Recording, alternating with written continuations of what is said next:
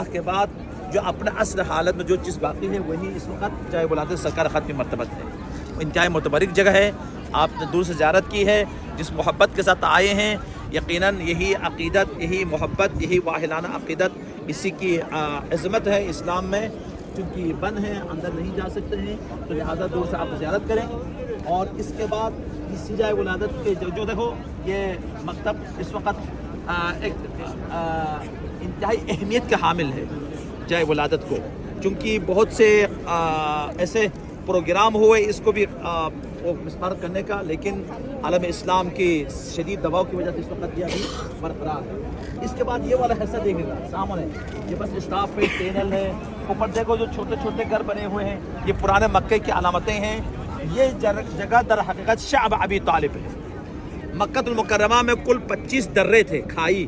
ان دروں میں سے ایک درے کا نام تھا شعب ابی طالب. عربی میں درے کو شعب کہا جاتا ہے، جس میں حضرت ابو طالب اور آپ کے خاندان سرکار ختم مرتبت اور حضرت خدیجہ ملکۃ العرب، حضرت زہرا مرضیہ 3 سال تک سوشل بائیکاٹ کی وجہ سے یہیں پر محصور رہے.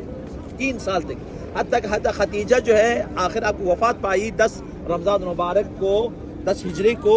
تو حضرت خدیجہ آخر ایام میں وہ خاتون جو ملکۃ العرب ہے، یعنی ایک لباس پہننے کے بعد دوبارہ وہ لباس نہیں پہنتے تھے، اس حد تک ان کے پاس یہ چیزیں موجود تھا. ادھر میرے باتیں سنو. وہ آخر کار جڑی بوٹی کھانا شروع کر دی. جڑی بوٹی کھانے کی وجہ سے آخر کار اسی مرض میں حضرت خدیجہ دنیا سے رحلت پائی. تو لہٰذا وہ سوشل بائیکاٹ کی. 3 سال کے بعد سرکار حضرت ابو طالب نے کہا جو نامہ لکھا ہے اس نامے کو جا کر دیکھیں. تو مشرکین میں سے مطعم بن عدی اگرچہ مشرک تھا لیکن سنجیدہ انسان تھا، سرکار ختم مرتبہ عظمت کو جانتے تھے. اس نے کہا یقیناً محمد عبداللہ بالکل صحیح کہہ رہا ہے حضرت محمد عبداللہ کے چاچا ابو طالب کہ وہ جو ایگریمنٹ جو انہوں نے لکھا تھا وہ کسی کپڑے میں لپیٹ کر خانے کعبے کے اندر رکھا ہوا تھا. جب اس کو کھولا گیا سرکار نے فرمایا کہ اس معاہدے کو دیکھو، اگر برقرار ہے تو یہ سوشل بائیکاٹ باقی رہے معصور، اگر اس کو ختم ہوا تو اس معاہدے کو ختم کریں، معصور کو ختم کر ہم باہر نکل آئیں گے.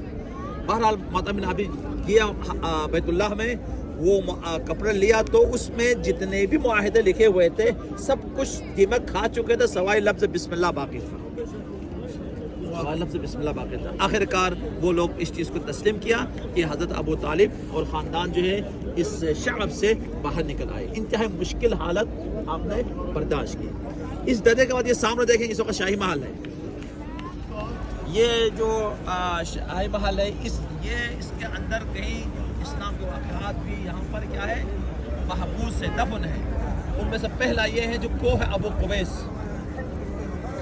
کوہ ابو قبیس کا نام آپ نے سنا ہوگا. یہ دنیا میں پہلا پہاڑ ہے جو زمین پر نمودار ہو. اسی کوہ ابو قبیس کے قریب جو چاند کے 2 ٹکڑے ہونے کا جو معجزہ ہے وہ بھی اسی جگہ پر جو ہے واقع ہوا ہے. ایک سورج پلٹنے کا تو مدینے میں رد شمس کا. یہاں پر جب سرکار ختم مرتبہ مسجد حرام سے نماز پڑھ کے باہر نکل رہے تھے تو ابو جہل اور کچھ لوگ یہودی بھی مل کر کہا کہ اے بھتیجے کہ آپ ذرا کوئی معجزہ دکھاؤ. تو سرکار نے فرمایا صبح کی نماز کا وقت تھا، ابھی روشنی پھیلا بھی نہیں تھا، چاند بالکل 14ویں رات کا چاند تھا. سرکار نے اپنے دست مبارک بلند کیا تو چاند 2 ٹکڑے ہوئے. ایک ٹکڑا کوہ ہاران پر یعنی جبل نور پر نظر آیا، دوسرا ٹکڑا کوہ ابو قبیس پر نظر آیا. سرکار نے فرمایا اگر میری اس بات کی تصدیق کرنا ہے تو کچھ قافلہ مکے کے باہر اس وقت ٹھہرے ہوئے ہیں. اس زمانے میں قافلہ جو سفر جو ہے رات کو سفر کیا کرتے تھے دن میں خوف کی وجہ سے، وہ بھی اس چیز کا گواہی دیں گے. جیسے ہی سرکار نے یہ معجزہ نمودار کو چاند کے 2 ٹکڑے ہوئے، ایک ٹکڑا کو ہے ابو قبیس پر، ایک ٹکڑا کو ہے جبل نور پر. تو ابو جہل کا اصل نام تھا ابو حکم. اس نے کہا اے بھتیجے معاذ اللہ نقل کفر نباشد. اس نے کہا اے بھتیجے میں سمجھ رہا تھا آپ کا جادو فقط زمین پر چل رہا، اب تو آسمان پر بھی چلنا شروع ہو گئی. جب اتنے صریح معجزہ کو انکار کرنے کے بعد سرکار نے فرمایا آج کے بعد آپ ابو حکم نہیں ہیں بلکہ ابو جہل جہالتوں کا باپ ہے. اس وقت سے ابو جہل. تو بہرحال یہ اس کے بعد یہ جو معجزہ کوہ ابو قبیس پر چاند کا 2 ٹکڑے ہونے کا، یہ باقاعدہ طور پر جب یہ خبر پھیلی تو ہندوستان کے 2 بادشاہ راجہ ملیابار اور راجہ رتن سنگھ نے یہ خبر سنی، وہ وہاں ہند سے آئے سرکار کے خدمت میں اور اسلام قبول کر لیا۔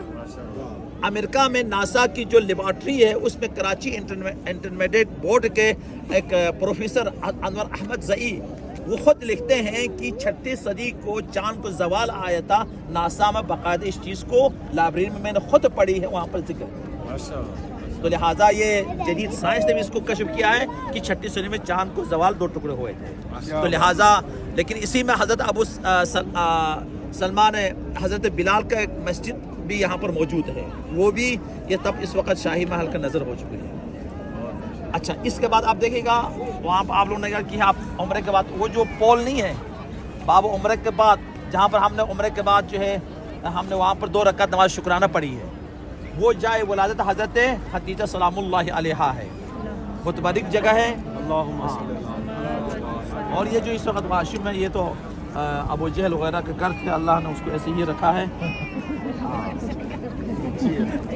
ہاں ان کا گھر یہیں پر تھا۔ اچھا حضرت خدیجہ کے گھر کے حوالے سے میں 2-3 جملہ آپ کو بتا دوں کہ انتہائی متبرک جگہ ہے وہ، جس میں آپ نے نماز پڑھی ہے۔ ہاں ابھی ذکر کریں گے، ہاں ابھی ذکر کریں گے۔ آغا حسین ترجمہ میں کو فکر نہ کنشما ایک لحظہ سب کو دیجیے۔ یہ باب عمرے پہ آپ لوگوں نے عمرے مفردہ کے بعد نماز حاجت پڑھی ہے، ٹھیک ہے، یہ وہی جگہ ہے جس پہ حضرت خدیجہ ملکۃ العرب کے گھر موجود تھے، اور یہی گھر جس سے سرکار ختمی مرتبت یہیں سے معراج پر بھی تشریف لے گئے ہیں، یہی گھر وہ ہے جس میں حضرت فاطمہ زہرا بھی پیدا ہوئی ہے، یہی گھر یہاں سے سرکار ختمی مرتبت ہجرت کے وقت اسی میں کفار مکہ جو ہے آپ کو لیلۃ الحریر کے نام سے یعنی آپ کو گھیرے میں لیا، اور ہر ایک کا ایک قبائل میں سے ایک افراد نے سرکار خاتم مرتبہ اسی گھر کو بیت خدیجہ کو گھیرے میں لیا ہوا تھا، تو وہ گھر یہی ہے، یہیں سے سرکار خاتم مرتبہ ہجرت کے لیے یہاں سے روانہ ہوئے جبل سور کی طرف، پھر مدینہ منورہ، تو انتہائی متبرک جگہ ہے، اور یہی گھر ہے جس میں حضرت خدیجہ نے وفات پائی، زہرا مرضیہ کی ولادت ہوئی، یہیں سے حضرت خدیجہ کھانا لے کر جاتے تھے غار حرا، جبل نور، اور جبل نور پر سرکار کے خاتم مرتبہ کے پاس بیٹھ کر مستقبل کی منصوبندی حکومت کی منصوبندی بھی کیا کرتی تھی اور عبادت میں مشغول رہتی تھی۔ تو لہٰذا یہ انتہائی متبرک جگہ ہے۔ ایک مختصر سے دعا ہے، یہ دعا